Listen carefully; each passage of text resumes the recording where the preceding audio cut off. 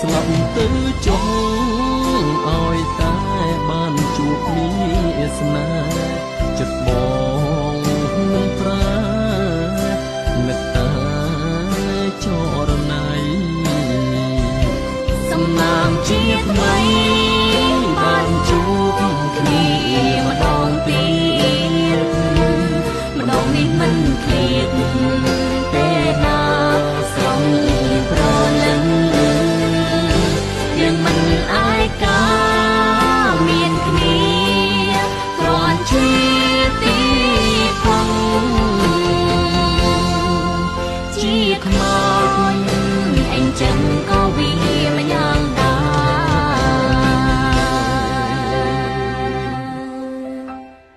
ហេតុអ្វី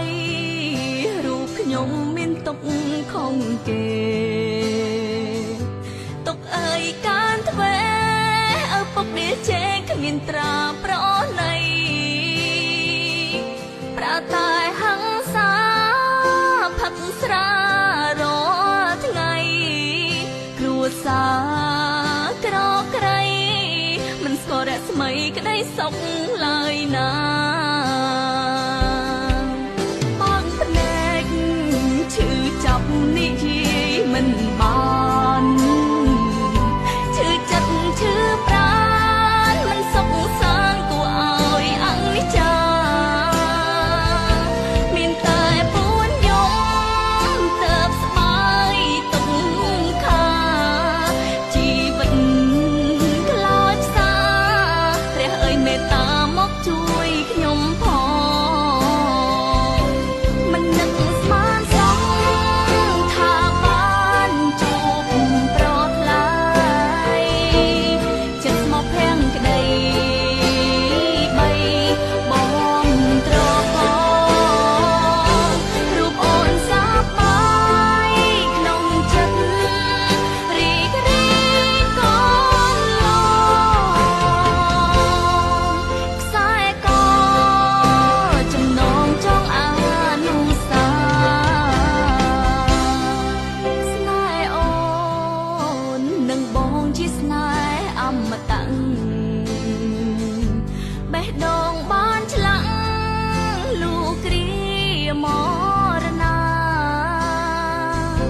ជាតិនេះជាតិមុខមិនប្រែសាវាស្មោះនឹងស្នេហាបងហើយនឹងស្រីស្ដាយអើយសែនស្ដាយមិនបានជួបគ្នាទ្រង់ធ្លាប់ក្រំគ្រាកាយរងវេទនាស្លាប់ទាំងក្មេងខ្ចីបងអើយកុំយំនឹកអូនធ្វើអ្វី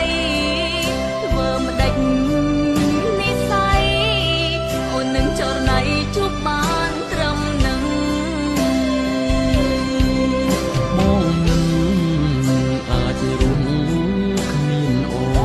នទោះរូបបងសូនក៏បងព្រមដែរសុំស្លាប់ទៅចុះឲ្យតែបានជួបមានស្នេហ៍ចិត្តបងនឹងប្រាមេត្តាចរណៃសំណាងជាថ្មី